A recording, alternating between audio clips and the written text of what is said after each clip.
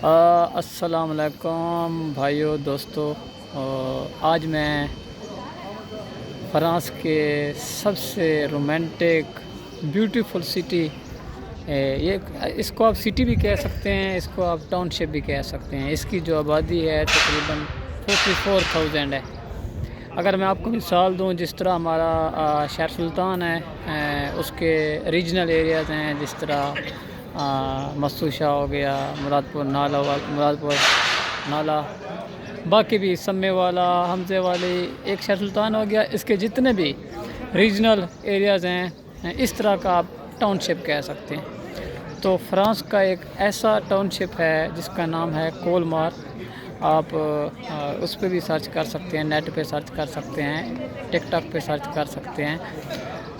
ये टाउनशिप की, इस टाउनशिप की जो एक ख़ासियत है वो ये है कि दिस इज़ वेरी रोमांटिक। अभी मैं आपको एक कुछ माहौल दिखाना जा रहा हूँ। यहाँ पे बहुत से लोग, टूरिस्ट लोग आते हैं। काम सिटी है। काम सिटी का मतलब है if you want to looking for peace, so you can come here, this will be very suitable for you. अगर आप खामोश मिजाज लोग हैं, यहाँ पर स्पेशली जो फ्रेंच पीपल होते हैं, वो अपनी ज़िंदगी के आखिरी लम्हे में अपने पार्टनर के साथ आते हैं। मैं आपको दिखाना चाह रहा हूँ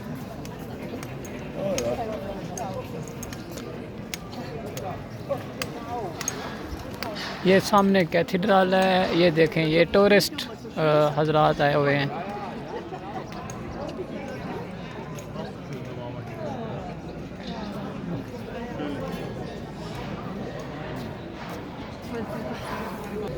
अच्छा, जो मैं आपको बता रहा था, जो सबसे बड़ी बात है यहाँ के लोगों की, तो ये जो जितना कमाते हैं उतना ये यूटिलाइज़ करते हैं अपने ऊपर। ट्रैवलिंग करते हैं, प्लीजेंट ट्रैवलिंग जिसको कहते हैं, खुशगवार सफ़र करते हैं, खाते हैं, पीते हैं।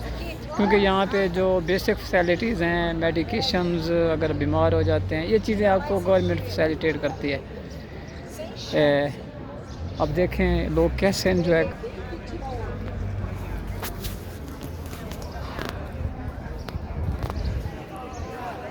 अच्छा, अमूमन जो एक बात है जो बल्कि पूरे यूरोप में, इसका जो मैं आपको यहाँ से दिखाना चाह रहा हूँ, हाँ, ये कैथेड्रल है।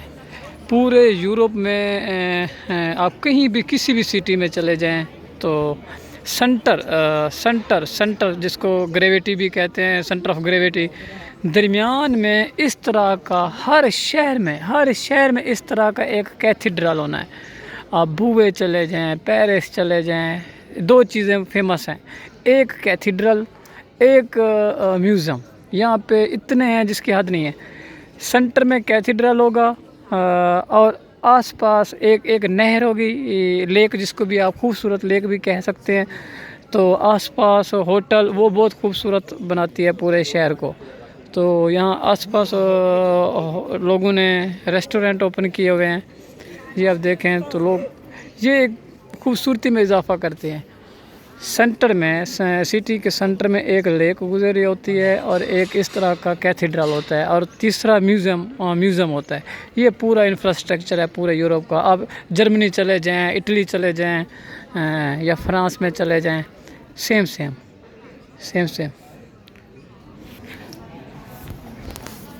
तो आगे चलते हैं, मैं आपको दिखाऊं। ये देखें, यहाँ पे लोग आराम से, प्यार से, बग़ैर किसी को तंग किए, कोई एक बंदा आपको यहाँ पे भीख मांगने वाला कोई नज़र नहीं आएगा। जिस तरह हमारे यहाँ हर मोड़ पे, हर चौराहे पे कोई ना कोई वो हाथ उठा के खड़ा होता है, इधर वो वाली चीज़ें नहीं है। साइकिलिंग यहाँ पे लोग बहुत करते हैं। ये देखें, हर किसी का अपना साइकिल है, क्योंकि एज़ कम्पेयर टू अगर आप पब्लिक ट्रांसपोर्ट यूज़ करते हैं या साइकिल यूज़ करते हैं, आप कार के बजाय, अपनी पर्सनल गाड़ी के बजाय, आप जिस जगह पे आप पहुंचना चाह रहे हैं आप ज़्यादा पहुंच जाएंगे, उससे ज़्यादा जल्दी पहुंच जाएंगे। ये देखें, 7 जन्मों का साथ असल में निभाने वाले ये होते हैं, अपने पार्टनर के साथ लॉयल होते हैं। यहाँ से आने का ये मकसद होता है कि you can live your life with your partner till death. कोई कोई मेरी तरह अकेले भी आए हुए हैं, हम जैसे जो सिंगल होते हैं। खैर, बहुत ही प्यारा सिटी है, बहुत ही प्यारा टाउनशिप है। वाह, थोड़ा मुझे भी देख लो यार। अपनी कैब मैं नहीं उतार सकता क्योंकि मैंने टेंड कराई हुई है और बहुत कोजा लग रहा हूँ। बात जो मैंने यूरोप की एक और चीज़ नोट की है वो ये कि यहाँ पे लड़की लड़का मर्द औरत में कोई फ़र्क नहीं है।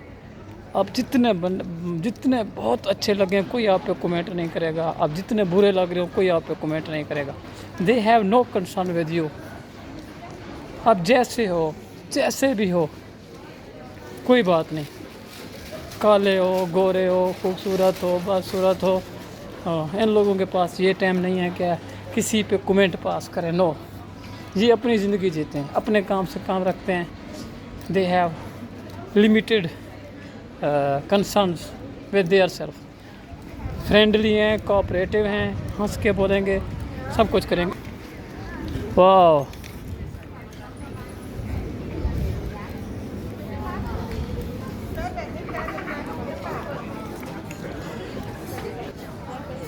अच्छा, अमूमन ये होता है कि कभी आप किसी के मुंह पे ऐसे कैमरा नहीं डाल सकते क्योंकि ये एथिक्स में नहीं आता। हाँ, ये अच्छी चीज़ नहीं समझी जाती यहाँ पे। सो मुझे इसलिए केयर करना पड़ता है, इसलिए मैं आपको कुछ चीज़ें नहीं दिखा सकता। मैंने की है, मैं आपको ज़रूर दिखाऊंगा। इसको स्टॉल कहते हैं। ये लोग भी स्टॉल लगा सकते हैं जिस तरह हमारे यहाँ स्टॉल होते हैं, लेकिन ऐसे नहीं कि हर जगह पे स्टॉल लगा दें। इधर स्टॉल ये होता है, ये चीज़ें बेच रहे हैं और साथ में ये इन्होंने प्राइस वगैरह भी लिखी हुई होती है। ये देख,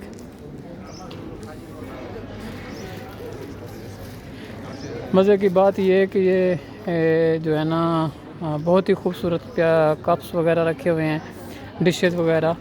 और अगर आप इनको देखें, ये बेच रहे हैं चीज़ें बिल्कुल मेरी दादी की उम्र की तरह हैं। और फिटनेस इनकी चेक करें। सबसे ज़्यादा मेकअप यहाँ पे ओल्ड लोग करते हैं, ज़िंदगी को जीते हैं। अगर आप इधर देखें, सामने देखें तो हमारे यहाँ ये है, जितने भी हमारे बुज़ुर्ग हजरात हैं वो आप कह सकते हैं शायद खुराक की कोई कमी हो। ये वर्कआउट इनका बहुत है। आप एडमिनिस्ट्रेशन, फ्रांस के जितने भी एडमिनिस्ट्रेशन ऑफिस में चले जाएं, उस पे यही ओल्ड एज लोग एज अ सोलिजरिटी काम कर रहे हैं। कोई फ्री ऑफ कास्ट काम कर रहा है। क्यों? क्योंकि इनको काम करने की आदत होती है, शुरू से ये काम करने के आदि होते हैं यूथ से। और हमें as compare to Pakistani, Indian, सब हमें काम करने की आदत नहीं होती। हमें बस बैठे बैठे सब कुछ मिल जाए तो हमारे लिए वो अच्छा है। ये लोग काम करने के आदी होते हैं। हालांकि गवर्नमेंट इनको बहुत फैसिलिटेट करती है, सब चीज़ें देती है, बेसिक चीज़ें देती है, इनको पेंशन वगैरह भी मिलती रहती है। तो इसमें इनमें इनकी रगों में काम बसा होता है, इसलिए ये काम के बगैर रह नहीं सकते। तो ये कुछ ना कुछ चीज़ बेचना शुरू कर देते हैं। वर्कआउट इनका ये होता है, जितनी भी आपकी एज, इधर औसत एज, एवरेज एज तकरीबन 70 है। 70 तक लोगों के मैंने 6 पैक देखे हैं। 6 पैक मैंने भी कोशिश की है लेकिन इट्स नॉट वर्किंग। खैर, ये देखें।